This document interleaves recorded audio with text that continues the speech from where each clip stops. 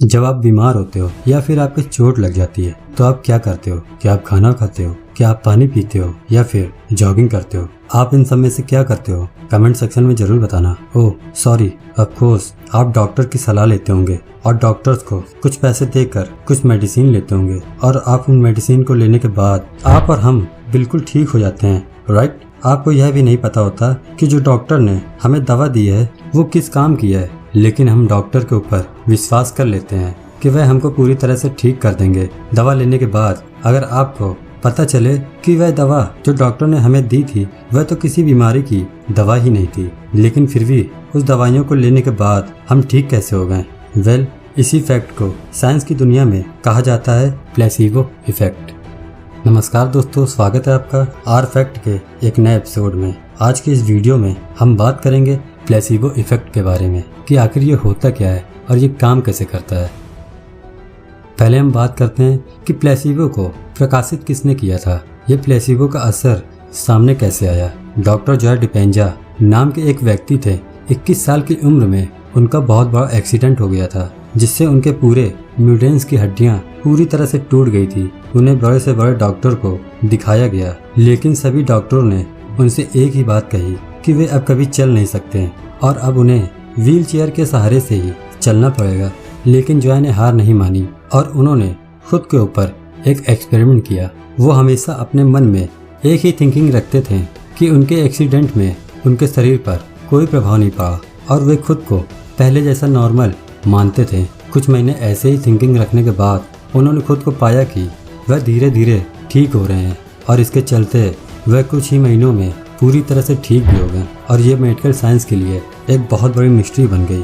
इसी के चलते जॉय ने प्लेसिबो इफेक्ट के बारे में एक बुक को प्रकाशित किया जिसका नाम रखा यू आर द प्लेसिबो।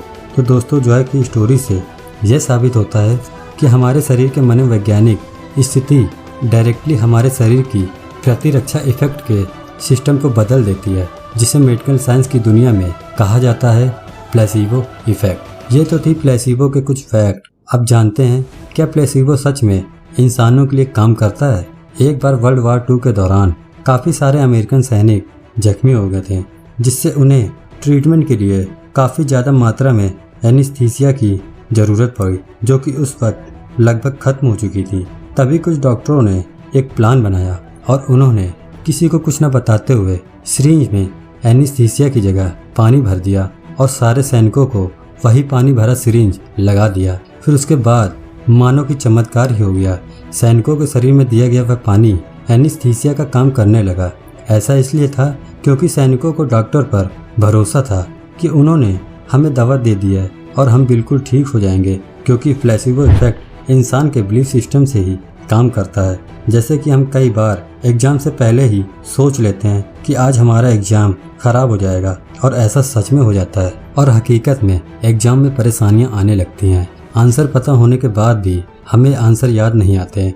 इंसान का बिलीफ सिस्टम ही उसे ऊपर उठा सकता है या उसे गिरा भी सकता है, क्योंकि आस्था से ही विचार आते हैं और विचार से ही अनुभूति, और अनुभूति का प्रभाव हमारे कामों में दिखता है और अच्छे कामों से ही अच्छे परिणाम आते हैं। अगर आपको अच्छे परिणाम या सफल होना है तो आपको पॉजिटिव चीज़ों पर आस्था यानी ध्यान बनाना जरूरी है। अगर आपको जिंदगी में कोई बड़ा मुकाम हासिल करना है तो आपको प्लेसिबो फिलॉसफी से रिलेटिव कुछ स्टेप्स अपने लाइफ में यूज करने होंगे।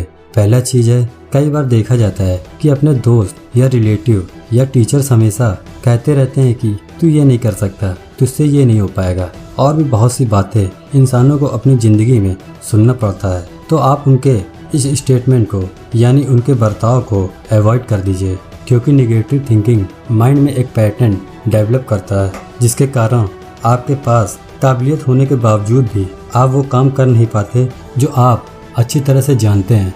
अगर आप कुछ अलग या अच्छा करना चाहते हो तो आप उनकी बातों पर बिल्कुल ध्यान मत दो। आपके पास बहुत सारे सजेशन या एडवाइस आते होंगे, चाहे वो अपने पेरेंट्स से या फिर अपने टीचर से या फिर अपने दोस्तों से। उनमें से जो एडवाइस आपके एनर्जी लेवल को हाई कर देता है, आपके उत्साह को और भी बढ़ाता है, तो आप सिंपल मान लीजिए और अपने काम में रूपांतर यानी अपने काम में लगे रहिए। और जो बातें आपके एनर्जी लेवल को डाउन करती है उन्हें आप सिंपली अवॉइड कर दीजिए। उदाहरण के तौर पे जैसे कि मैं ये वीडियो आपके लिए बना रहा हूँ तो मुझसे कोई ये कहता है बहुत ही अच्छा काम कर रहे हो बेटा, कीप इट अप, मुझे ये तुम्हारा काम बहुत अच्छा लगा, तो मेरा एनर्जी लेवल और बढ़ जाएगा और मेरा काम करने का तरीका और हौसला और भी बढ़ जाएगा। अगर कोई कहता है कि यार ये क्या फालतू के काम कर रहा है, इससे कुछ नहीं होगा, ये सारे फालतू काम है, तो इससे हमारा एनर्जी लेवल डाउन हो जाता है और हमारा मन उस काम में बिल्कुल नहीं लगता। अगर आप उनकी इस निगेटिविटी को अवॉइड कर दोगे और अपने काम में लगे रहोगे तो मेरा वादा है कुछ ही दिनों में आपका काम सफल जरूर होगा और आप ऐसा फील करोगे। और निगेटिविटी फैलाने वाले इंसान भी एक दिन यही कहेंगे क्या वीडियो बनाई है यार, मज़ा आ गया, तो इससे आपको और भी अच्छा फील होगा। तब आपके लिए हर चीज़ और भी आसान सी लगने लगेगी। तो दोस्तों, इससे यह प्रतीत होता है कि हम अपने सकारात्मक यानी हम अपनी पॉजिटिव आस्था से कुछ भी हासिल कर सकते हैं। आप ये स्टेप फॉलो जरूर करना, विश्वास मानिए आप एक दिन सक्सेस जरूर होंगे। तो चलिए आज से ही आप अपनी ज़िंदगी के नामुमकिन वाले काम शुरू कर दीजिए, आपको सक्सेस जरूर मिलेगी। दोस्तों, आज की वीडियो में बस इतना ही। वीडियो पसंद आया तो इस वीडियो को लाइक ज़रूर करना और अपने फैमिली और फ्रेंड्स के साथ शेयर भी ज़रूर करना और इस चैनल को सब्सक्राइब जरूर करें और सब्सक्राइब करने के बाद बगल वाले बेल आइकन को ज़रूर दबाएं। तो मैं मिलता हूँ ऐसे ही न्यू वीडियो में, तब तक के लिए बाय।